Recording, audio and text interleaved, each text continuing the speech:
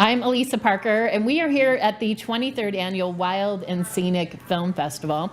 It's been extraordinary so far. We kicked it off Thursday night, meeting with all the filmmakers who've just been arriving, a lot of them on Friday for our green carpet, and now it's more of our exclusive in-depth interviews with amazing folks. I call them our everyday environmental action heroes who are in the trenches doing their part to make a difference. And these stories are inspiring and amazing. If you haven't been to this festival, you need to come and experience it here in Nevada City and Grass Valley, California. I'm so excited to introduce our next guest here with River. We have River Partners. We have Julie Rentner here with us and Armando Quintero. And welcome. First of all, the film is called Dos Rios, A Story of Renewal. And it focuses on the San Joaquin River, San Joaquin Valley. Is that right, That's Julie? right. Yeah. So first, welcome to Wild and Scenic in Nevada City. Thank you. Yeah. So where did you both arrive from? I came here from Yuba City this morning. You did? So I'm a flatlander, a valley You are. dweller. Yeah. How about Marin you? County and Sacramento. Okay. So River Partners are based, what, all over in California? Yes, I should clarify. Armando Quintero is here from California State Parks. Oh, He's the director of California State fantastic. Parks. Really? Yes. My dad was a California State Park ranger. Oh, very good. Way back when, yeah. It's important to protect our state park. So yeah, River Partners is a nonprofit that works all over California. Okay. Mostly in the Central Valley from Redding to Bakersfield. Okay. Tell us a little bit about the synopsis of this film and how this is such an important thread for all of us who are here in California. Absolutely. So this film is a revelation to us at River Partners about how to look at river restoration and floodplain restoration through a lens of beauty and inclusion and powerful inspiration. So what River Partners does is restores rivers and floodplains across the Central Valley, and we try to do it at the biggest scale we can, as quickly as we can. It's one of the floodplain restoration is one of these nature-based solutions that protects us from flooding while recovering lost ecosystems and wildlife and making our communities safer and healthier. And we're so excited to have launched the first new state park in over a decade at one of our flagship projects at the confluence of the San Joaquin and Tuolumne rivers. So this film is about that place, Dos Rios State Park, and it's about the actor Ethan Peck's investigation and revelation Right. of what it means to restore a floodplain, to restore the lost ecosystem, and to restore connections for people back to nature. What came first, the beginning of this large-scale restoration or the state park? The restoration came first. Okay. And we were overjoyed when we got a call from the director of California State Park saying, maybe we should talk about making this a park. Wow. We said we've been waiting for this call. That's amazing. Like, what is that process? Because when we think of state parks, right, we think of long-term, over the years, over the 100 years, right? And at least I do. So what is the process of developing a state park? What does that What will look happen like? is that there are opportunities that arise that'll Okay. meet the public where they are, really. And the oldest state park is Big Basin, and that was established just after the turn of the century, but became a part of the state park system in 1927. That's where I was born. In Big Oh. Base. That's where my dad was a ranger the first year. Isn't that Beautiful. wild? Yeah, it's gorgeous. Yeah. So what's happened is over the years, there's been historic parks, cultural parks, recreation areas, seashore. There's 380 miles of seashore that are actually in the state park system. And what happened is, as Julie said, we hadn't had a new state park in California in over 10 years. And working with the governor and the secretary, they asked me to identify a proposed new state park. And we had been looking at parks, we were looking at opportunities to identify parks in the Central Valley of California, next to big rivers and close to park-poor communities, where we could restore a landscape and or find a landscape that had been restored, as is the case here, and really create an opportunity locally for people to enjoy the world where they live. In fact, we are looking at new taglines, if you will, for state parks, and my favorite is, "This is where you live." And Dos Rios is just an extraordinary example of a community that hasn't recognized that within minutes of their home, there's wild California to be experienced, but also a wild California that provides water to the community, Right. that provides a place for recreation and relaxation. And so when Julie talks about restoring a natural landscape, these parks literally restore community. So seeing this park having an impact on the Central Valley is truly extraordinary. How long has this been in effect now?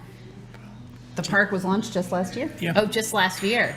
And what I want to ask you first, you talked about quickening that process of restoration. So I want to talk about that. And then also just in this last year, what changes you've seen in the community around this sacred park and river. So in order to get to the restoration project at Dos Rios Ranch, our organization and many partners in the region, we spent solid 8 years fundraising just to buy the land, and then another 12 years now restoring the land. It's been an entire career's worth of labor, right? And that requires so much alignment and support locally, alignment and support at state and federal programs. I mean, it's a huge amount of work, but the results are tremendous. So we've been working for a really long time to get to this point of launching the park, and we've known the community here for a really long time and developing it.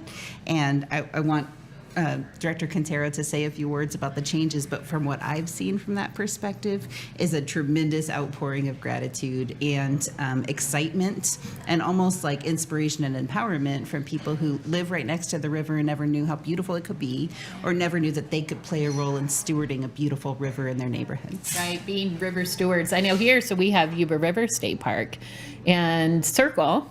Right, Circle right here has played such an incredible role in making sure it's protected and continues to be so. And we have river ambassadors here. So I love that as you're mentioning how people in the community can be stewards. And that's such a vital connection, I think, with ourselves and the land that we live on or next to. That's right. That's right, and I do think that Dos Rios presents us with a model that would be wonderful to see at all the major rivers when they hit the valley floor in California, because there's major cities at every one of those junctures.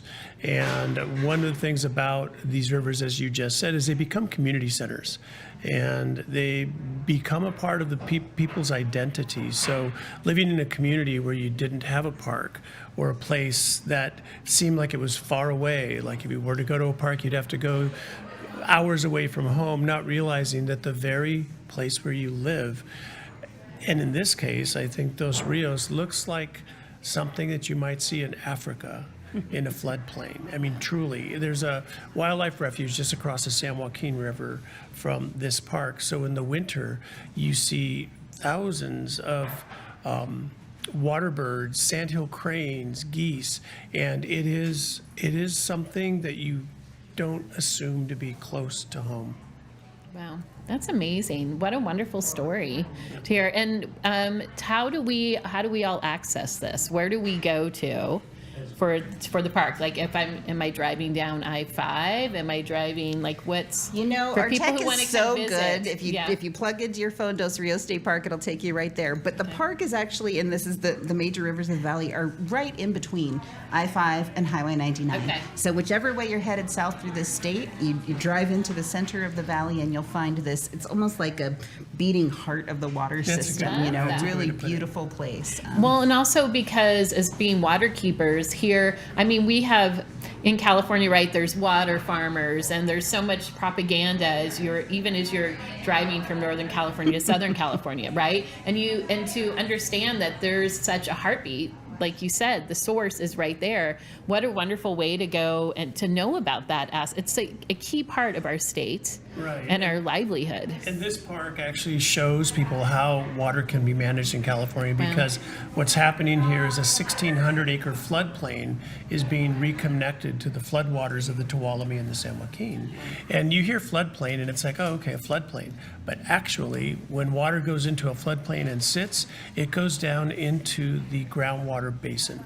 So it's filling a dam that's beneath your feet, and it's invisible. And I think one of the things that this park is going to offer us is creating a concrete example of an abstract idea. Yeah. So it's fantastic. incredible. That's great. I love it. What a wonderful story. These are the inspiring stories that we need to hear right now. Are there any other state parks in development? We always have a list of Okay. opportunities, but we have to wait for the funding for those to appear. So we're always looking, and that list, we don't publish the list because the priorities might change. We might find an opportunity that is particularly powerful, and that might go into first place. But we always keep a list in mind. Okay. Well, thank you so much, Julie and Armando, Director Quintero of the California State Parks. What a treat and honor to meet you. And Julie, thank you so much for your continued resilience and persistence in seeing this happen. That's really unusual, and it's wonderful to hear. The film is called Dos Rios, A Story of Renewal. When is it showing? Do you know? This afternoon at 1:30. Okay, 1:30. And you're going to be there? Yes. Telling the story. We're telling the stories here. Thank you so much, Julie and Armando. I'm you. Elisa Parker. It is the Wild and Scenic Film Festival, and we'll be right back.